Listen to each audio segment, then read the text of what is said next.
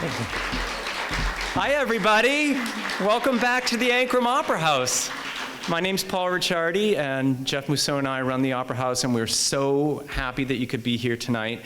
So this is our 11th Real People, Real Stories event. I know, 11. And we're really proud of this program, and we're just so grateful for the volunteers who are here tonight that are telling their stories and all the other storytellers. A couple things before we get started. One is we hope you hang out afterwards because Little Apple Cidery has donated some cider, so you want to hang out for that. And also just a shout out to the town of Hillsdale. They have donated this barn to the Ankrum Opera House, and we're so grateful. I mean, this is amazing. Look at that.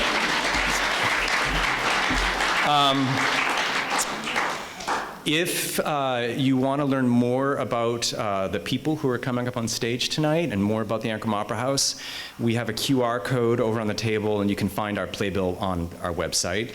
And we have one more show this summer, the Plein Air Plays. That starts next weekend. Seating is very, very limited, and Friday is already sold out. So if you do want to come see the show, we hope you do, just go to AnkramOperaHouse.org and get your tickets. It's going to be great. It's also outdoors, and the weather's looking good. I'm going to knock on wood now. Let's see, what else? I think we're about to go. Oh, if you're feeling inclined to donate to the Ankrum Opera House, we would not stop you. You can go to AnkramOperaHouse.org and click on donate, and we appreciate your support. Also, just a shout out to Alex Lage with Ringo Films. Alex is filming this tonight, and it's being recorded for audio as well. And sometime this fall, this program will be broadcast on Robin Hood Radio, our local NPR station, and we'll let you know when that happens. It'll be sometime this fall.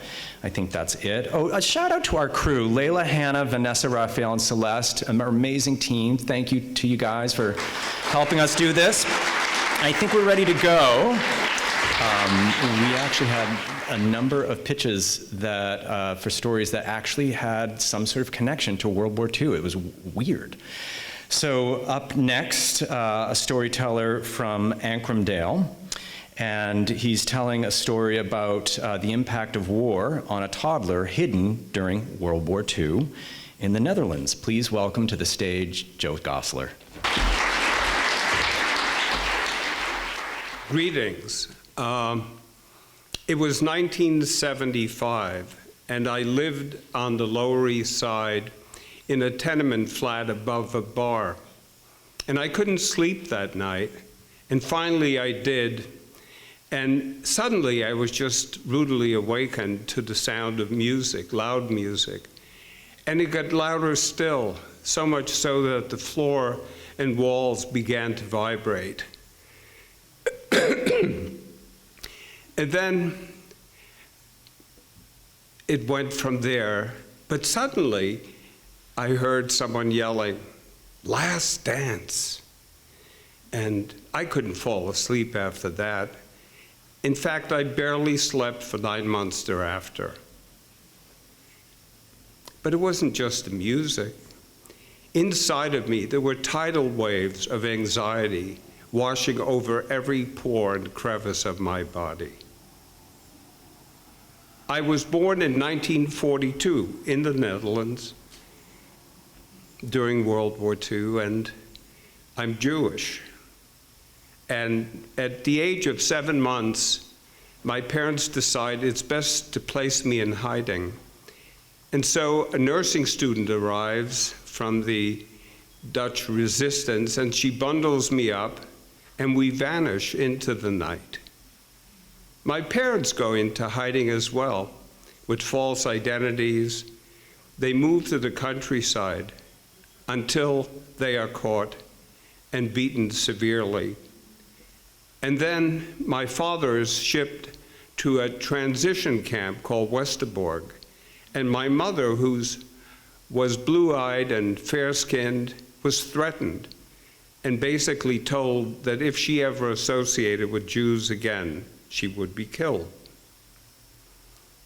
In contrast, I was placed at a family whose name is Dijkstra, Moeder and Vader Dijkstra. And this is a Protestant family with two young daughters named Annika and Foley. And they loved me. They cared for me. They nurtured me. And I bonded with them. And this was the only family I truly knew. The war ends. I'm 3 years old. My parents, after a frantic search, find me. But who were these strangers who called themselves my parents? I was totally uprooted, confused, angry, and I promptly burned the bathroom curtains. And then I wander off from time to time in search of my real parents. This goes on for a while. Later on, in 45, my sister is born.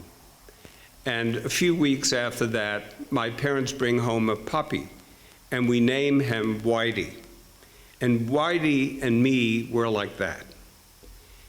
I just loved the dog. He was not only my playmate, he protected me. And he gave me the nurturing that my parents couldn't. In 1949, the war's recession was still raging, and my parents could no longer tolerate the nightmares that they had. And so we go to Israel. But I couldn't take Whitey with me or my neighborhood. In Israel, we're placed in a kibbutz called Bet Ashita, and on the kibbutz, the children lived separately in a dorm. And that was a blessing to me because I was still very much in turmoil.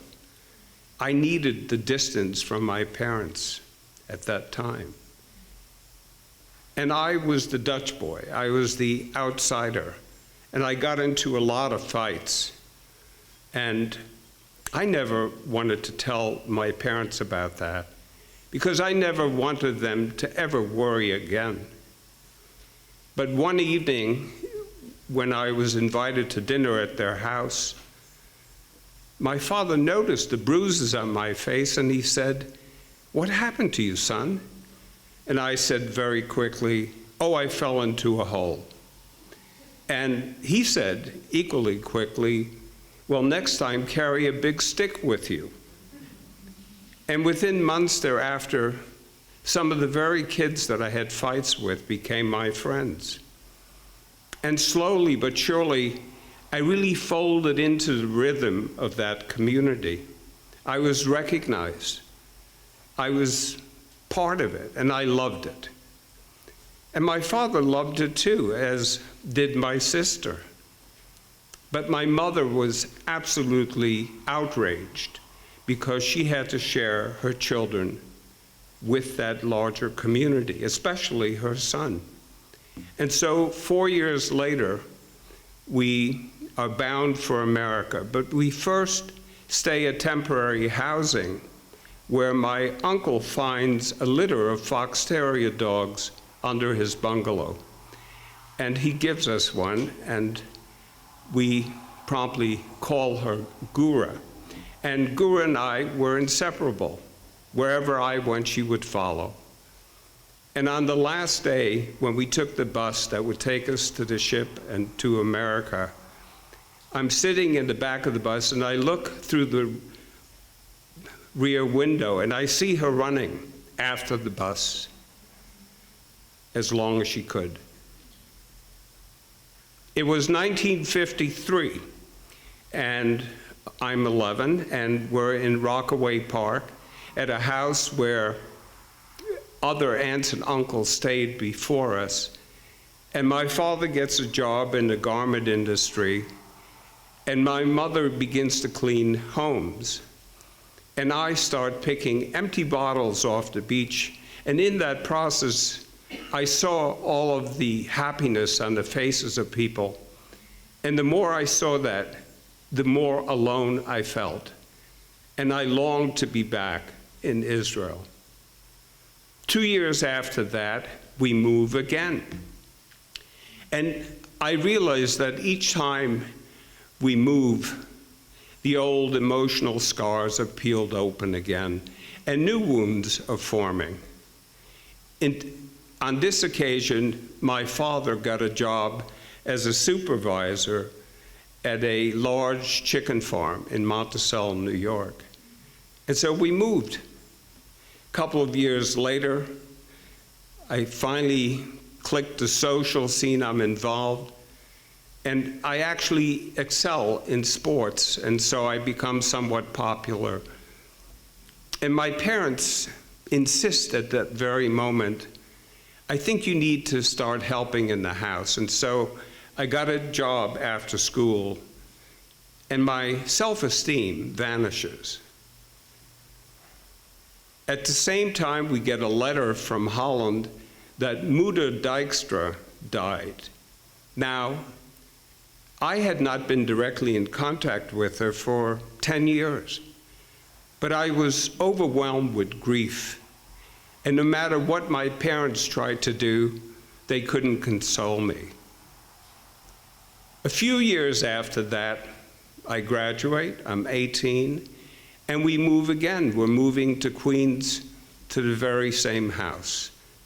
And the reason was that we wanted to be near, or my parents wanted to be nearer to our extended family.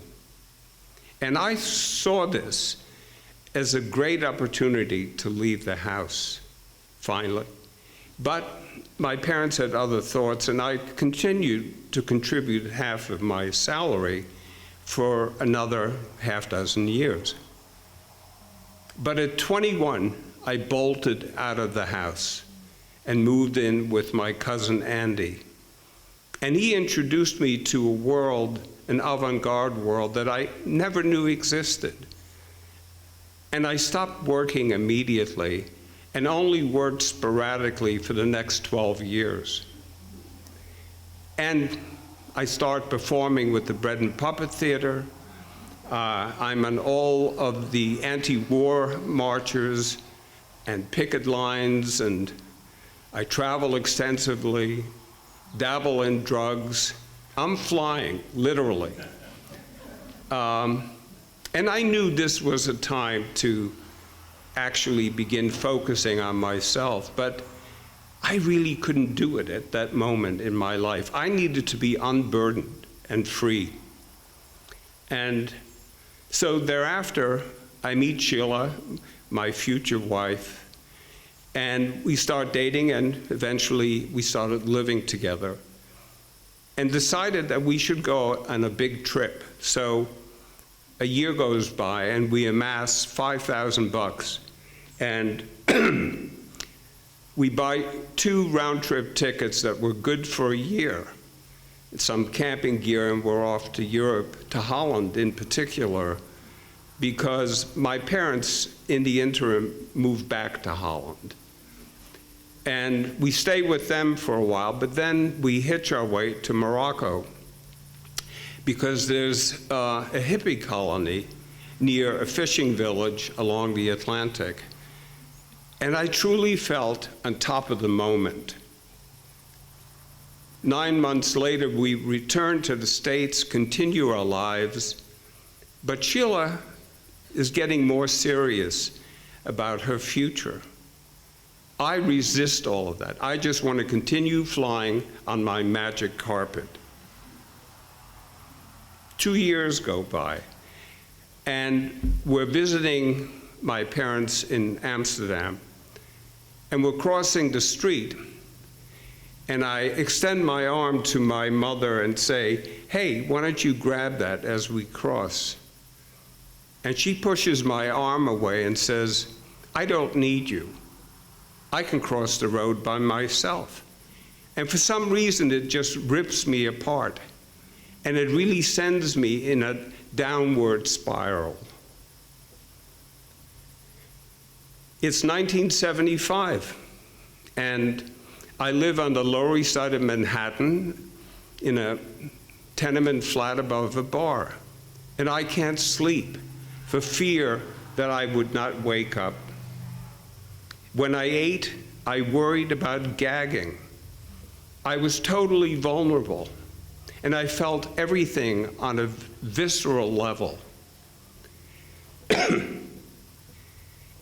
My sister and Sheila encouraged me to go into therapy. I distrusted therapies. I distrusted so many things. But I do it for them. I go into therapy. And I'm in therapy for 8 months or so, and one of the people in it suddenly yells at me, "Stop wasting my time." Well, I was totally embarrassed, but it was a wake-up call. And things started to percolate. I got involved, and I started to localize my feelings. For the first time, I was able to focus anger at my parents. You see, until that time, I rationalized why they had to give me away. They needed to give me away for my safety as well as theirs. Now, I could actually feel that sense of abandonment. I could feel depression. I could feel love.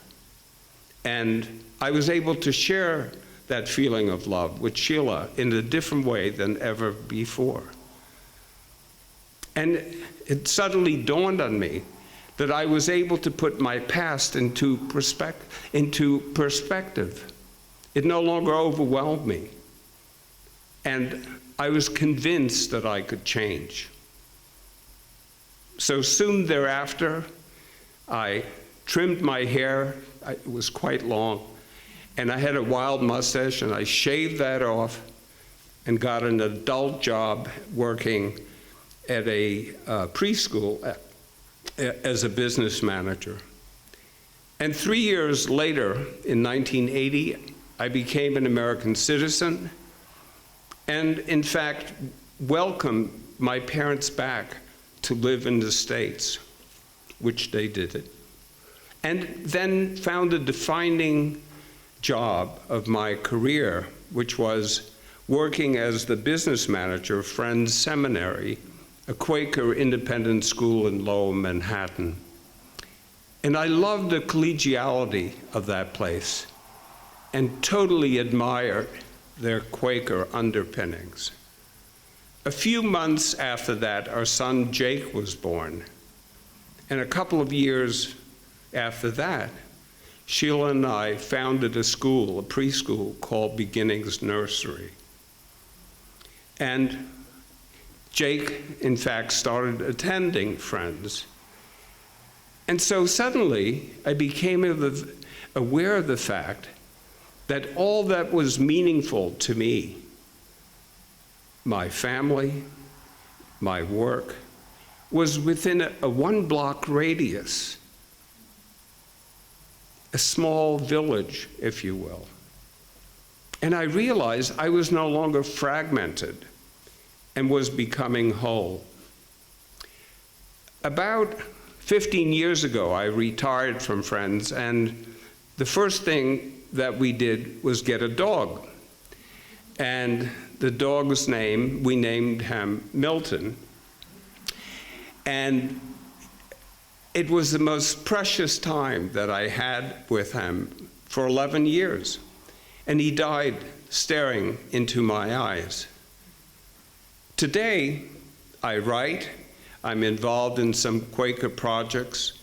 I love to cook as well as eat and garden. But most importantly, I walk our new dog, Reuben. Thank you.